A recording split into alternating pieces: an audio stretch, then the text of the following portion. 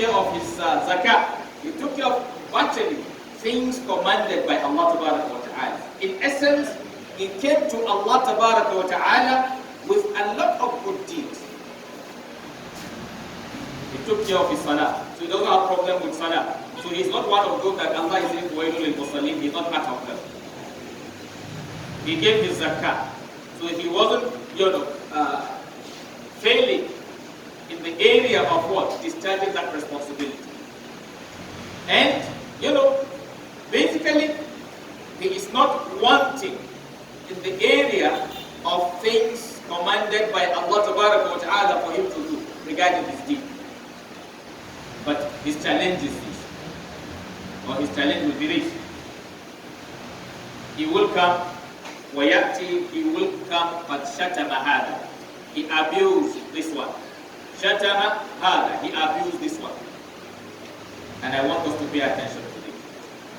Here, the Messenger sallallahu alaihi wasallam did not begin by mentioning big or mighty or grievous sins, but he started mentioning something that some of us term them as flimsy, things that we consider negligible, unimportant, things we play with. He says he came that day, he will come that day, he abused this person.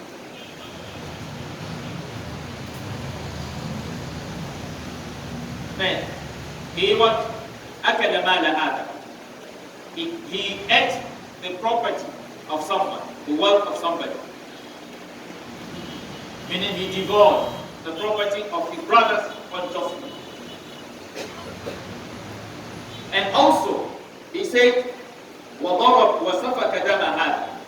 he shed the blood. He shed what? The blood of this one. He beat this one. Then he went further to say that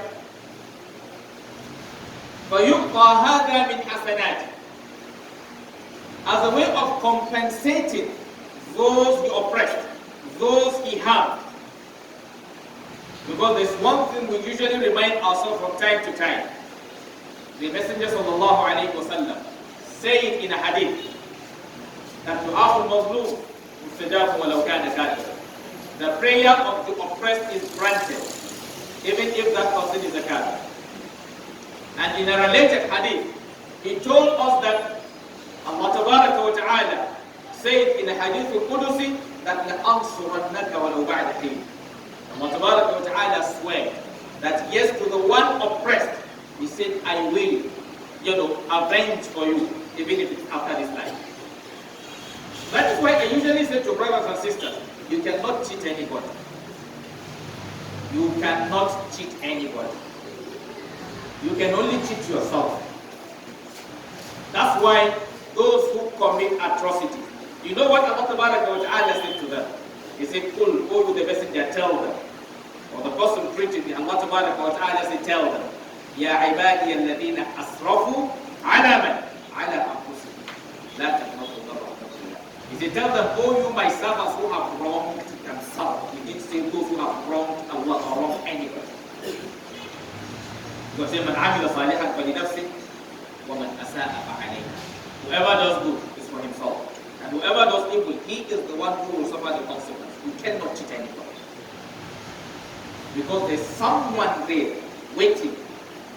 He decided to give you respite till an appointed time. Yes, you will avenge for that. If you are lucky, you will do it instant. If you do it instant, that means you are lucky. Yes. Those Allah deal with instant. When they make their mistake, are those he loves. He doesn't want to keep it for you when you come over here.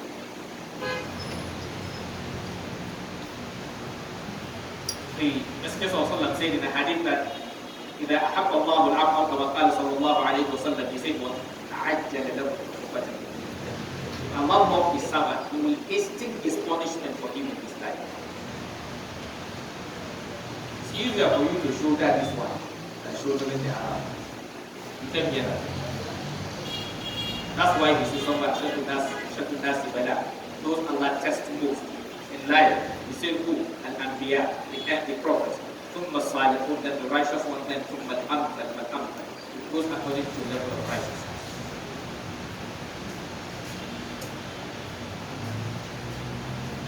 So, such person comes, he have done all those things.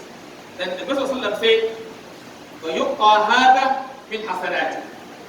As a way of compensating those you oppressed, then Allah Ta'ala will take out of his good deeds, compensate this one. Maybe he came on the day of resurrection, 60% good, 40% bad. This is supposed to guarantee him what? Jannah. وَفَأَمَّا مَنْ ثَقُلَتْ مَوَازِينُهُ فَهُوَ فِي عِيشَةٍ رَاضِيَةٍ وَأَمَّا مَنْ خَفَّتْ مَوَازِينُهُ فَأُمُّهُ هَاوِيَةٌ. So with 60% good, 40% sin, he's supposed to go to Jannah. Because the way of Allah Ta'ala doing justice between him and those who oppress him. The part of his good will be taken and give it to this one. They have built this one, they will take what the measure that is meant for that or equivalent to that, give it to that one. He shed the blood of this one, he kidnapped this one, he raped this one, he did this one to this to that. Everybody is compensated. Then when people are compensated, and maybe unfortunately for him again, all the good are finished, and there are still some people on the line. So how will Allah compensate them? Then He will do that by picking out of their own sin, meaning reducing the weight of their sin and adding to your own.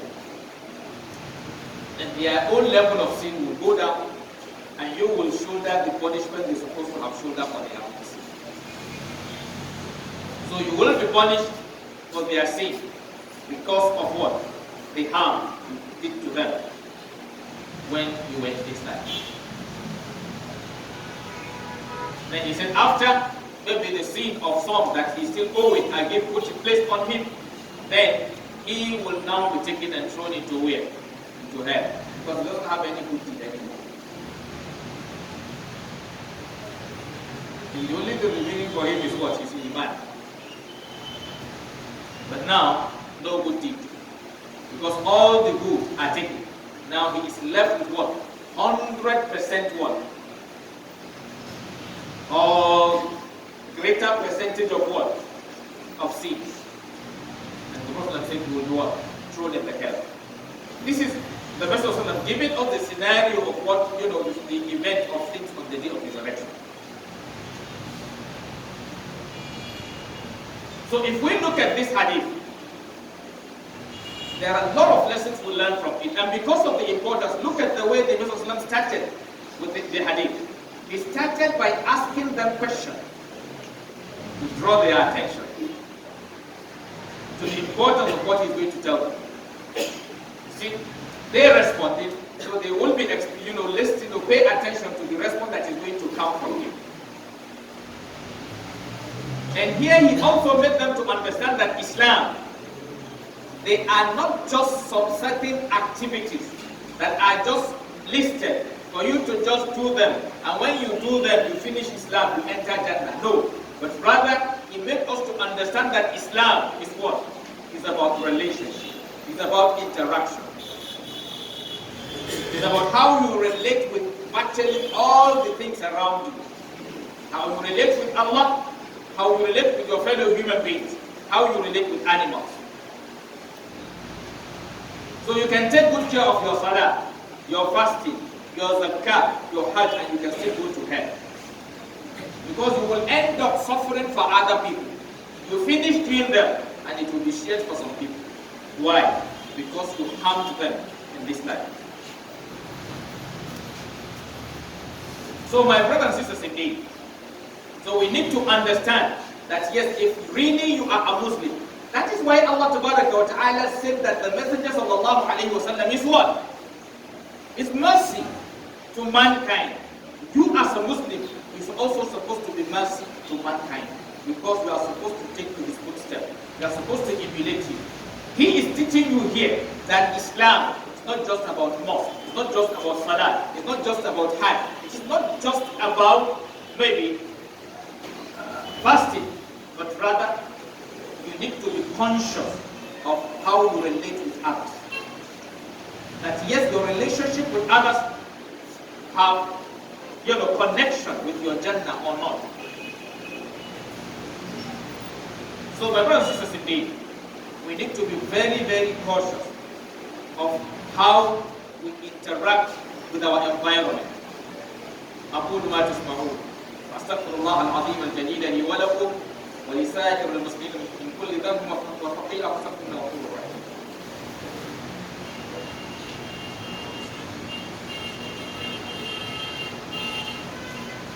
الحمد لله رب العالمين والصلاة والسلام على من لا نبي بعده. أما بعد عباد الله أوصيكم ونفسي بتقوى الله عز وجل. My brothers and sisters in faith, as Muslims, we need to check our lives. We will look at this hadith. It will remind us of the need for us to check our activities. When we look at things happening around us, one of the fundamental reasons of the occurrence of those things is not just those a threat to you as a Muslim. It is not just because you have a bad government. It is not just because you have bad leaders.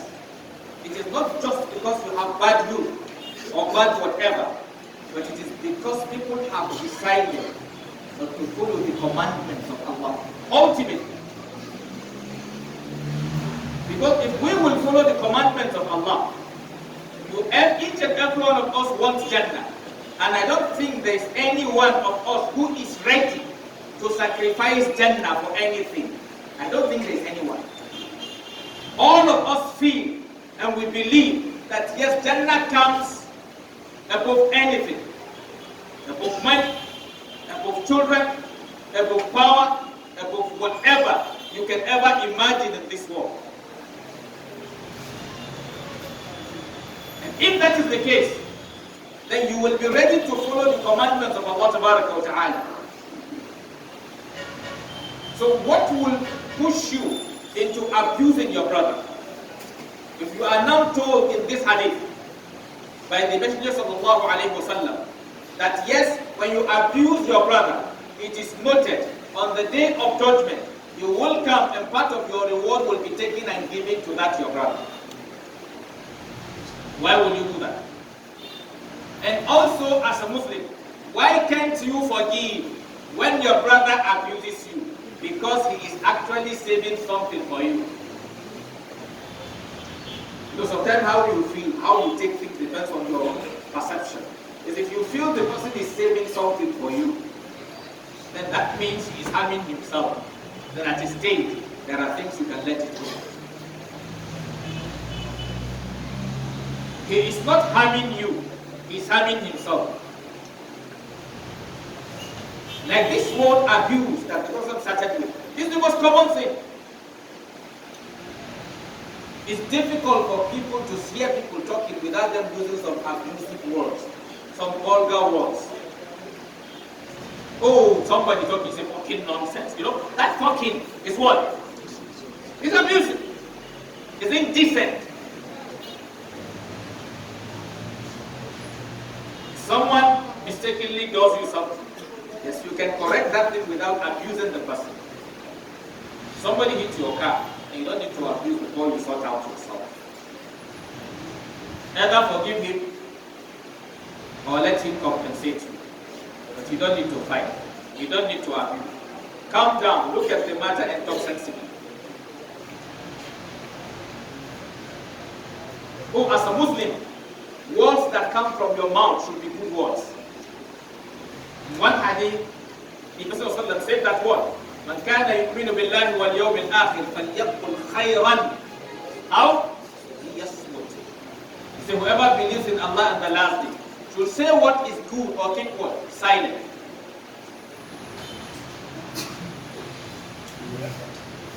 And if you check in that hadith, he said that person what? Divorced or ate the wealth or the property of his brother.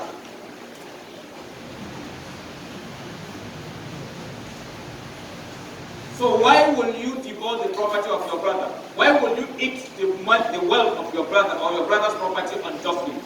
Each and every one of us, all of us at our various sections. Let us check and see. Even like this abuse, how do you treat people?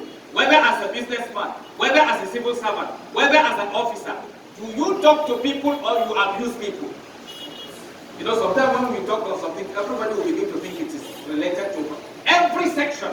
Some of us, we actually accept you guided by Allah. Most of us abuse people when we talk to people. When you have little power, you don't address people with decency.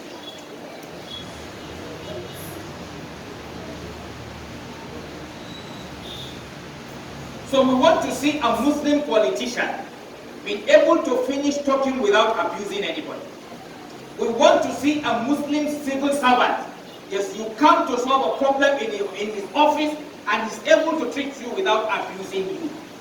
We want to see you with an officer on the road and that officer was able to talk to you decently as if he's talking to his fellow human being.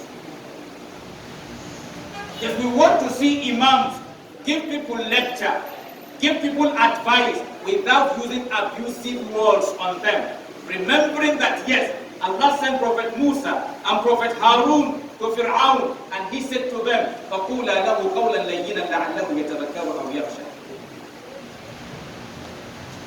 So when we take all of us, you discover that partially in all sectors, I'm not exempting any sector. It's only few that have that decency when they come to talking to people.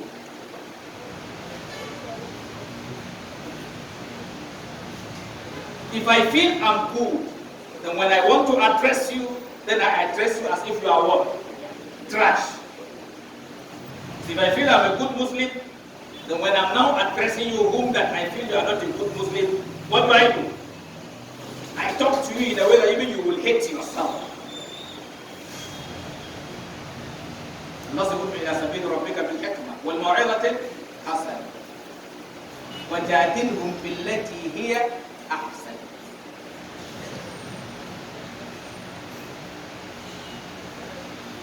To this شتم هذا, we need to look into it. وأكل مال هذا, he ate the property of this one.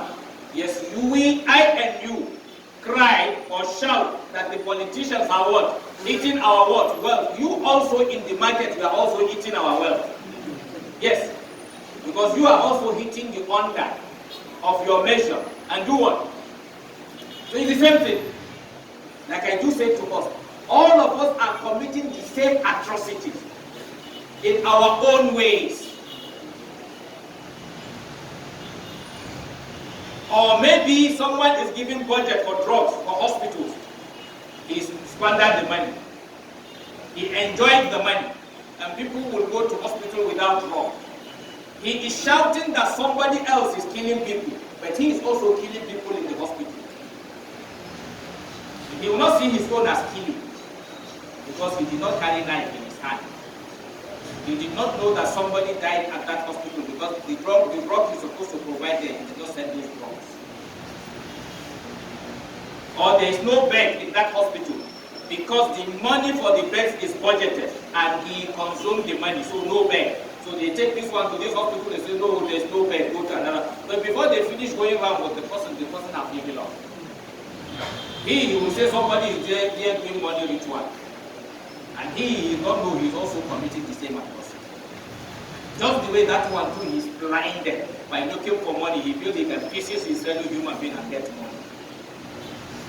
If it's easy getting the money like that when you pieces people, so why is the person asking you to pieces people? Why is he not the richest person at the surface of the earth? If that can bring money, then the most richest people should have been the ritualists. Yes, you are killing people, you do this, and they will still catch you, and tomorrow somebody else is still going to. And even the process, people don't even finish it. So when they are counting richest people on the surface of the earth, they count ritualists inside. They have something they do that is useful to the society. Maybe you talk of Bill Gates, you talk of our brother Dangote, you talk of $100, you talk of this one, you mentioned that one, you mentioned, so, there are things you say, these are the things they are doing. Maybe you have your Apple, the phone. Whether you go to China, you go to any country. So those who come as richest people, there are people with, and most of those who go for the ritual and you kill people, that person you go to for ritual is one of the, sometimes some of them are one of the poorest people living in their community. The places they live very dirty, very stinky.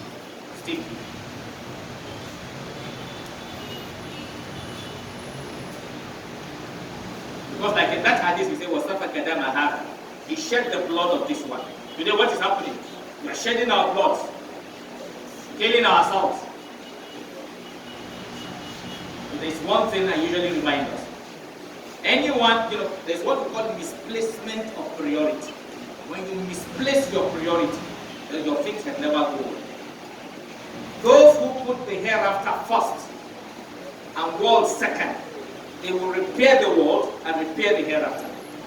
Those who put the world first, they will damage the world and damage the hereafter.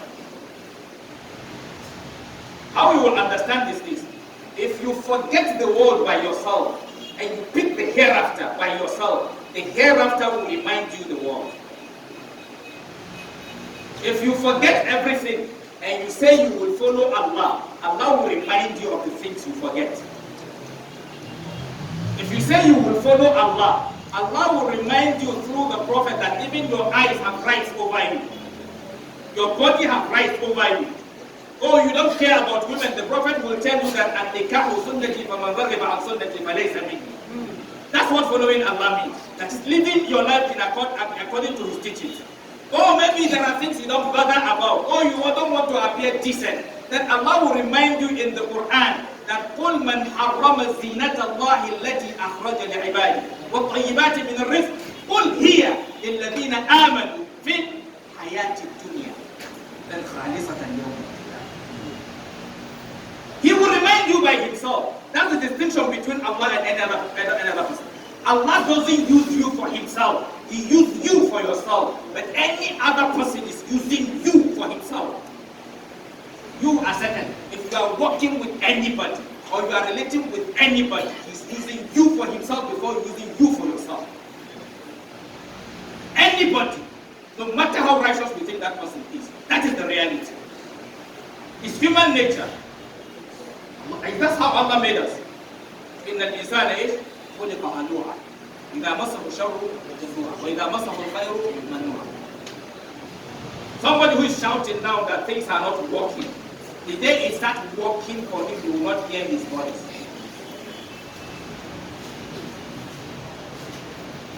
He will close mouth.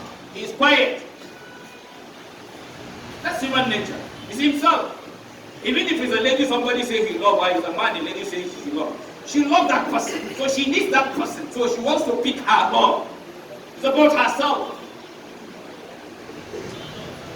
If you hate the person, you hate the person. What would you want to do? You want to drop the person. Yes, you love your children. Is it about the children? Some of us even have the mentality we have about our children like our ATM machine. We are raising those who will come and want support you tomorrow. If your children are children, you can raise any child. Why do you bother about you? Because you feel that one is for you. He will take care of you. He will inherit you. You don't want your name to die. So Allah used you for yourself. Allah brings loss for your own good. He does not need you. But any other person needs you. So my brothers and sisters in me, we all need to come back to Allah. We need to be conscious of Allah. We need to try to build our hereafter. Like I said, building your hereafter is about building your world. It is how you build the world, Allah will reward you over there. How comfortable you make people live in this world. Like now, if you are a president, if you want to get Jannah, or you are a governor, or you are a chairman, if you want to get Jannah, make life comfortable for those who are ruling. That is your path to Jannah. With that power, with that office, or as an officer on the road, yes, somebody should have problem and you help him solve it. Don't create problem for him on the road. Pick his paper. He needs guidance, guide him. But don't use his paper to what? To milk him. go as a civil servant. Everybody in the market, then it makes you what? You get Jannah. Allah Ta'ala guide us on the right. May we be people who will come on the day of judgment. Nobody will come and collect our good deed. May Allah Ta'ala make us live a decent life. Life that all those that come close to us will be happy with us. They will be safe. They will be happier. They will be, better. Not people coming close to us will become danger to them. Not some people traveling on the road, they are afraid of some of us inside the bush. Not people, doing business with you and they are afraid of their wealth because they don't trust you. Your name should be enough to give you a trust as a Muslim. Because that person knows that you are somebody who walks with this hadith. ربنا آتنا في الدنيا حسنة وفي الآخرة حسنة وقنا عذاب النار. اللهم اغفر لنا وقالنا كافرا إلى الفقر والهم إلى فرج وتوبة للمقصر وإلى الذكر إلى عصر يستفتح. اللهم أسلمت أولاد أمورنا واجعلهم في من خافك واتقاك يا رب العالمين. عباد الله إن الله يأمر بالإحسان وإيتاء ذي القربى وينهى عن الفحشاء والمنكر والبغي لعلكم تذكرون. اذكروا الله العظيم الذي يذكركم واشكروه على آلائه ونعمه يزدكم ولذكر الله أكبر والله يعلم ما تصنعون.